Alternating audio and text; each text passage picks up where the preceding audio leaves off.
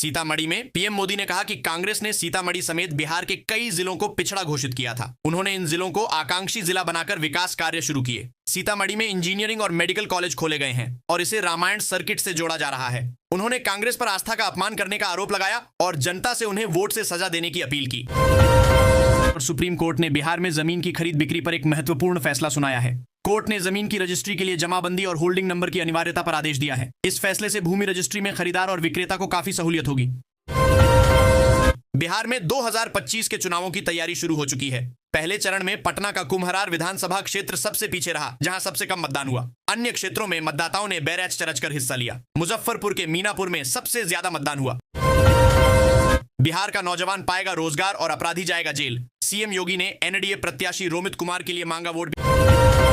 बिहार में सक्षमता परीक्षा उत्तीर्ण करने वाले लगभग 2.5 लाख स्थानीय निकाय शिक्षकों को अगले सप्ताह तक वेतन संरक्षण का लाभ मिलेगा। शिक्षा विभाग ने विशिष्ट शिक्षकों को योगदान की तिथि से लाभ देने का आदेश दिया है। नियोजित शिक्षकों को विशिष्ट शिक्षक बनने के लिए यह परीक्षा पास करना अनिवार्य था। सरकार विद्यालय में योगदान की तिथि से वेतन संरक्षण का लाभ देगी, जिसमें बकाया वेतन वृद्धि भी शामिल है। नवंबर में 5 बड़े ग्रहों का राशि परिवर्तन होने जा रहा है, जिसका प्रभाव सभी राशियों पर पड़ेगा। इस बदलाव से व्यापार में तेजी और रोजगार के नए अवसर मिलने की संभावना है। राजनीति में अस्थिरता बनी रहेगी और सीमाओं पर तनाव बढ़ सकता है। सूर्य, शनि, गुरु और शुक्र के राशि परिवर्तन से लोगों के जीवन में कई तरह के बदलाव देखने को मिलेंगे। बिहार चुनाव के पहले चरण में हुए मतदान से एनडीए और महागठबंधन दोनों ही उत्साहित हैं। एनडीए को महाराष्ट्र, मध्य प्रदेश और झारखंड का उदाहरण बाग बाग कर रहा, तो महागठबंधन दिल्ली के चुनाव परिणाम को जोड़ रहा है। बेतिया में पीएम मोदी ने लोगों से की मोबाइल की टॉर्च जलाने की अपील, फिर कहा बिहार को आगे ले जा रही है रोशनी। मुख्यमंत्री नीतीश कुमार ने कहा कि पहले आपदा के नाम पर सरकारी खजाने में लूट होती थी। 2005 से पहले आपदा से बचाव का कोई काम नहीं होता था। नई सरकार बनने पर आपदा प्रबंधन विभाग बनाया गया और राहत सामग्री पहुंचाने की व्यवस्था की गई। बाढ़ पीड़ितों को 7,000 रुपए का अनुदान दिया जाता है और आपदा से बचाव के लिए कई उपाय किए गए हैं।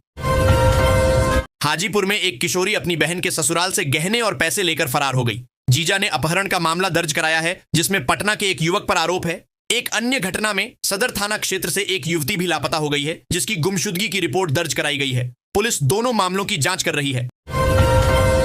अरवल जिले में परवल की खेती किसानों के लिए लाभकारी साबित हो रही है। कम लागत और अच्छे मुनाफे के कारण इसकी मांग भोजपुर, औरंगाबाद और पटना तक बढ़ गई है। इस फसल ने किसानों की आर्थिक स्थिति को सुधारा है और उन्हें एक स्थिर आय का स्रोत प्रदान किया है। औरंगाबाद जिले में 11 नवंबर 2025 को होने वाले मतदान के लिए जागरूकता अभियान चलाया जा रहा है।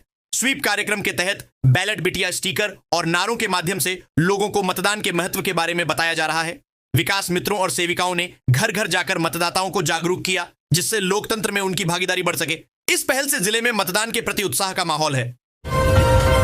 सीएम ने अपने मास्टर स्ट्रोक से विरोधियों को पछाड़ा। थारू व उरांव समाज के 2 बड़े चेहरे की जदयू में एंट्री। बिहार में मौसम बदलने से लोगों की परेशानी बढ़ गई है। तापमान में उतार चढ़ाव के कारण स्वास्थ्य संबंधी समस्याएं बढ़ रही हैं, खासकर बच्चों और बुजुर्गों में। पटना के अस्पतालों में ब्रेन हेमरेज के 36 से अधिक मरीज भर्ती हैं। डॉक्टरों का कहना है कि ठंडे मौसम में रक्त का थक्का जमने का खतरा बढ़ जाता है, इसलिए सावधानी बरतनी चाहिए और लक्षणों को नजरअंदाज नहीं करना चाहिए। सड़कें ऊंची और घर नीचे। दरभंगा में विकास उल्टा चल पड़ा। अब हाईकोर्ट ने लगाया ब्रेक। राहुल गांधी ने बिहार में वोट चोरी की साजिश का आरोप लगाया है। उन्होंने कहा कि हजारों कांग्रेसी और महागठबंधन के मतदाताओं के नाम मतदाता सूची से काटे गए हैं। राहुल गांधी ने इसे लोकतंत्र पर हमला बताया और चुनाव आयोग से जांच की मांग की। इस घटना से कांग्रेस कार्यकर्ताओं में आक्रोश है। जंगलराज, एसआईआर और वोट चोरी नहीं, बल्कि सीमांचल, मिथिलांचल से लेकर चंपारण तक पलायन, रोजगार, बाढ़, भ्रष्टाचार ही असल मुद्दे। सहरसा जिले के नवहट्टा में 1 नवंबर से सरकारी स्तर पर धान की खरीदारी शुरू हो गई है। रैयत किसानों से अधिकतम 250 क्विंटल और गैर रैयत किसानों से 100 क्विंटल धान खरीदा जाएगा। खरीफ विपणन मौसम 2025 से 26 के लिए धान का न्यूनतम समर्थन मूल्य 2,369 रुपये निर्धारित किया गया है। किसानों को 48 घंटे में भुगतान किया जाएगा और पारदर्शिता के लिए ई-पैक्स बिहार ग्रेन्स ऐप का उपयोग किया जाएगा। एनडीए सांसद शांभवी चौधरी ने 2 बार डाला वोट। कांग्रेस के आरोप का पटना डीएम ने दिया। मोदी बिहार विजिट। भारत रत्न जननायक कर्पूरी ठाकुर की भूमि समस्तीपुर से अपने चुनावी अभियान की शुरुआत करने वाले प्रधानमंत्री नरेंद्र मोदी ने राष्ट्रपिता महात्मा गांधी की कर्म भूमि बेतिया में इसको संपन्न किया। बिहार विधानसभा चुनाव 2025 के दूसरे चरण के मतदान के लिए चुनाव प्रचार के दौरान उन्होंने बेतिया में आयोजित चुनावी सभा में उपस्थित लोगों से यह वादा लिया कि 11 नवंबर 2025 को होने वाले दूसरे चरण के मतदान में रिकॉर्ड तोड़ मतदान करेंगे। बिहार विधानसभा चुनाव 2025 के प्रचार में अमित शाह ने पूर्णिया में राहुल गांधी और तेजस्वी यादव पर हमला बोला। उन्होंने कहा कि वे सीमांचल को घुसपैठियों का अड्डा बना रहे हैं। शाह ने वादा किया कि केंद्र सरकार अवैध प्रवासियों की पहचान कर उन्हें निर्वासित करेगी। उन्होंने दावा किया कि एनडीए 160 से ज्यादा सीटें जीतकर बिहार में सरकार बनाएगी। बिहार में मौसम विभाग ने तेज हवाओं और ठंड को लेकर चेतावनी जारी की है। आने वाले दिनों में तेज हवाएं चलने की आशंका है, जिससे तापमान में गिरावट आएगी और ठंड बढ़ेगी। लोगों को गर्म कपड़े पहनने और घर के अंदर रहने की सलाह दी गई है। बच्चों और बुजुर्गों का विशेष ध्यान रखने की जरूरत है। लोक जनशक्ति पार्टी के नेता चिराग पासवान ने दावा किया है कि बिहार में 14 नवंबर को एनडीए की सरकार प्रचंड बहुमत से बनेगी। उन्होंने एलजेपी की बिहार के विकास के प्रति प्रतिबद्धता को भी दोहराया और कहा कि उनकी पार्टी राज्य को आगे ले जाने के लिए संकल्पित है। बिहार में फर्जी सिम बॉक्स से साइबर ठगी के अंतरराष्ट्रीय सिंडिकेट का खुलासा हुआ है। गृह विभाग ने मामले की जांच सीबीआई को सौंप दी है। आर्थिक अपराध इकाई ने भोजपुर में समानांतर एक्सचेंज का संचालन पकड़ा था, जिसमें अंतरराष्ट्रीय कॉल को लोकल कॉल में बदलकर धोखाधड़ी की जा रही थी। जांच में नेपाल, चीन, थाईलैंड समेत कई देशों से तार जुड़े होने की जानकारी मिली है। पीएम किसान की 21वीं किस्त से पहले 20,000 किसानों के बीच बड़ा ऐलान। कृषि मंत्री शिवराज बोले, एक रुपया। भागलपुर जिले की कहलगांव, सुल्तानगंज और गोपालपुर जैसी सीटों पर टिकट की नाराजगी के चलते एनडीए और महागठबंधन के दलों की परेशानी बढ़ा दी है। इन सीटों पर चुनावी मुकाबला फंसा हुआ नजर आ रहा है। पटना एयरपोर्ट पर दिल्ली समेत कई रूटों की उड़ानें घंटों देरी से चलीं, जिससे यात्रियों को काफी दिक्कतों का सामना करना पड़ा। खराब मौसम और अन्य कारणों से विमानों के संचालन में बाधा आई। उड़ानों में देरी के कारण यात्रियों ने एयरपोर्ट पर विरोध प्रदर्शन भी किया। एयरलाइंस ने यात्रियों से असुविधा के लिए माफी मांगी है। बिहार चुनाव के बीच शिक्षकों को लेकर शिक्षा विभाग ने बड़ा फैसला लिया है। शिक्षा विभाग ने वेतन को लेकर बड़ा अपडेट दिया है। आइए जानते हैं पूरी खबर।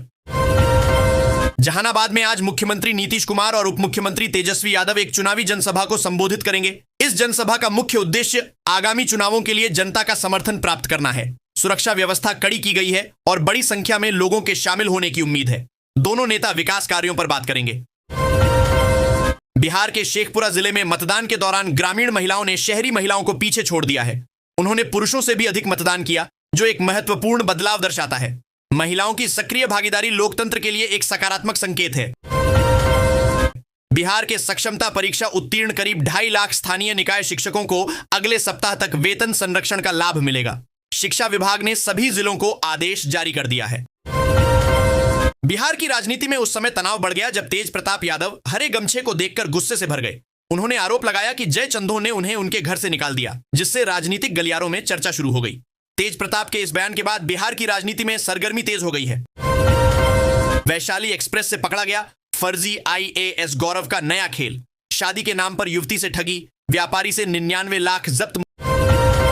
मुख्यमंत्री नीतीश कुमार ने कहा कि शहरी एवं ग्रामीण क्षेत्रों में 24 घंटे निर्बाध बिजली की आपूर्ति हो रही है। अब राज्य में बिजली की अधिकतम आपूर्ति 700 मेगावाट से बढ़कर 8000 मेगावाट से भी अधिक हो गई है।